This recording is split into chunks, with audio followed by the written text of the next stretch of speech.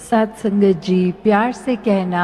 ध्यान निरंकार जी। सेवा के मैदान में जहाँ तन को भी हमें तंदुरुस्त रखना होता है, मन को भी हमें, और ऐसे ही अपने दुनियावी रूप में कार्य करते हुए, तो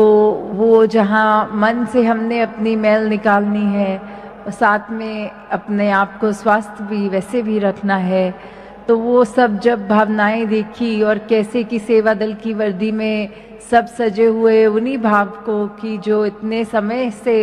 हमारे मिशन में ये वर्दी सिर्फ एक वस्त्र के रूप का प्रतीक नहीं है, पर वो एक अपने आप में ही एक भाव है जो हर एक गुरसिक में है, चाहे वो वर्दी पहनते हों या वो आम कपड़ों में आज सत्संग अटेंड करने आई आप संगत हैं। तो ये सेवा का भाव जो मन में है, तो दातार उस भाव को जहाँ और प्रबल करे। साथ ही ये जो हमारा अभी आज भी पूरा दिन, कल भी हम यही सुन रहे थे कि कैसे हमारे इतिहास में ये जो 90 वर्षों का जिक्र बार बार हुआ, तो फिर दासी ने भी जहाँ कल वो अवसर प्राप्त किया आपसे साझा करने में कि कैसे बाबा बूटा सिंह जी, बाबा अवतार सिंह जी और जगत माता जी का, तो वैसे ही आज उसी लड़ी को आगे बढ़ाते हुए बाबा गुरबचन सिंह जी और राज माता जी का कुछ जिक्र करके आपके चरणों में दासी वो भाव रखना चाहेगी कि कैसे उन्होंने भी अपने इस मिशन को इकट्ठे एक साथ रहकर एक उस तरह आगे बढ़ाने के लिए कितना उनका भी वो पीरियड इतना डिफ़िकल्ट रहा कि कैसे चाहे वो रास्ते भी यात्राएं करी, अब्रॉड भी गए और वो इतना साधन भी उस समय नहीं ठीक से, तो फिर भी उन परिस्थितियों में भी कैसे इकट्ठे होके उन्होंने उस समय भी कि बेस्ट अपने रिसोर्सेज का कैसे यूज़ करा जाए, उस तरह भी जो किया, उसमें भी कुछ शिकवे नहीं रखते हुए बस कैसे हम आगे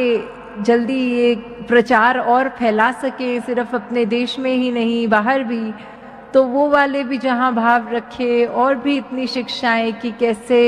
बहनों के भी बढ़ावा, एक हमारे सोशल कॉजेस पे भी उन्होंने बहुत साधारण शादियाँ की जहाँ बात आती है,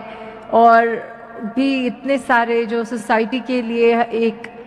अच्छे प्रभाव छोड़ें, ऐसे भावों के लिए कि एक सोसाइटी एक साथ अपलिफ्ट भी होए, जो इन्होंने ऐसे योगदान और अन्य कितने और दिए, जहाँ वहाँ पे हमको संगत को भी यही सीखना है कि तब से भी लेकर और अभी तक भी, चाहे हम कितने उस तरह गिनती के हिसाब से अब तो हम कितने बढ़ गए और आगे ना जाने निरंकार ने इस मिशन के साथ कितनी रूहों को और जोड़ना है। तो हम सबका भी जहाँ ये कर्तव्य है कि हमारे पास वो एक चॉइस है, हम चाहे दिखते सब इंसान के चोले में हैं, पर हैं तो रूहें जो इस परमात्मा का अंश हैं। और हमारा जो एक बोलते हैं जिससे साधारण भाषा में कि अगर हमारा कपड़ा एक जो होता है जिससे हम कुछ भी सिल सकते हैं,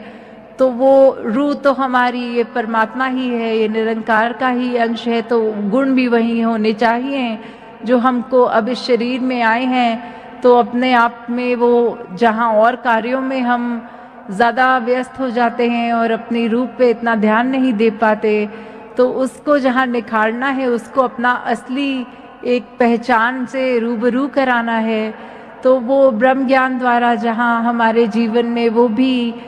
आए और उसमें भी उसकी कदर डलती रहे, और कैसे हम अपने आप को और निखार सकें, जहाँ वो तो है ही, पर अगर सामाजिक भी रूप में देखें कि हम सब दिखने में चाहे एक इंसान के पुतले की तरह एक इंसान है, तो फिर भी जैसे वो उदाहरण है कि माचिस की अगर बहुत सारी तीलियां हो, तो उनके पास भी हम एक माचिस से क्या क्या कर सकते हैं। हम एक माचिस से चाहें तो दिया जला सकते हैं, और उसी माचिस से हम अगर चाहें तो किसी का घर भी जला सकते हैं। तो दिखने में भी तो वो भी माचिस हैं, सब एक जैसी हैं, पर कार्य क्या कर रही हैं वो माचिस, वो इंटेंशन का जो फर्क आता है, जो वो बात है कि हमने कैसे अपने आप को मानवीय गुणों से युक्त रखना है, कोई भी विपरीत सोच नहीं रखनी किसी के लिए भी, कुछ अपने आप में ये नहीं देखना कि ऊंच नीच ये क्या है, जाति पाति, सब इसी परमात्मा के बनाए हैं, अपने जैसा ही सामने वाले को भी उतना ही इज्जत देना है।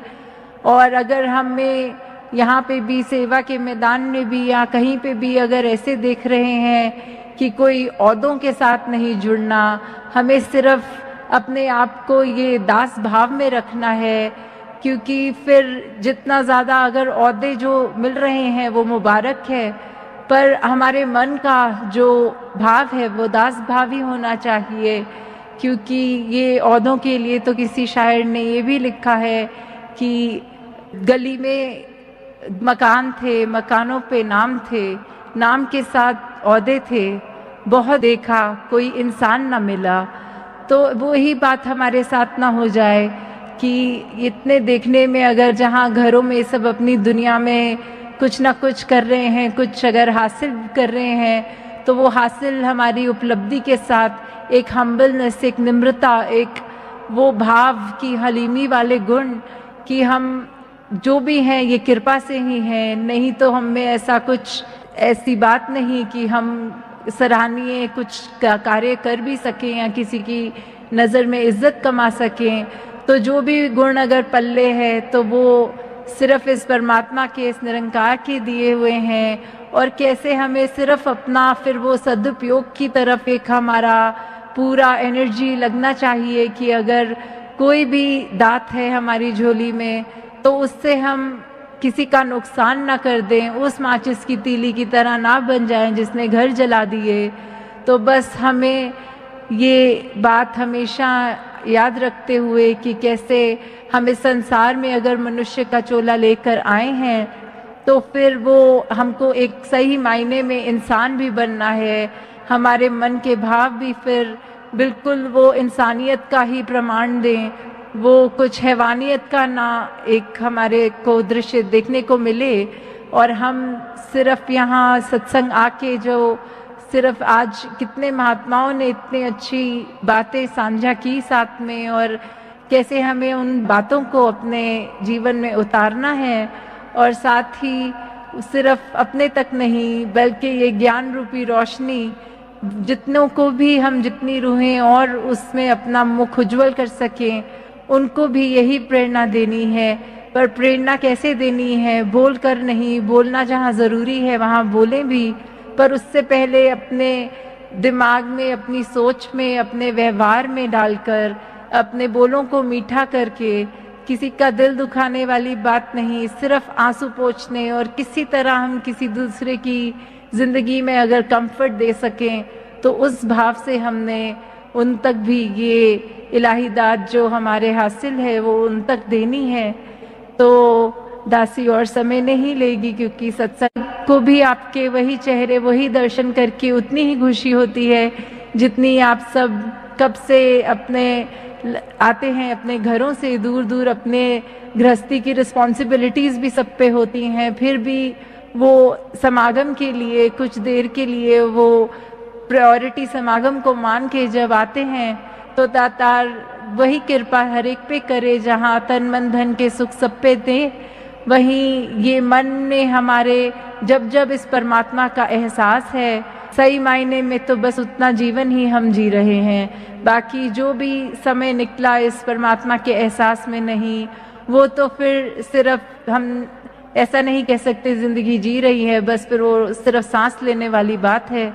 तो दातार सभी पे कृपा करे कि हम असल मायने में एक मनुष्य बन के ही ये जीवन जिएं। साथ संगत जी, धन निरंकार जी।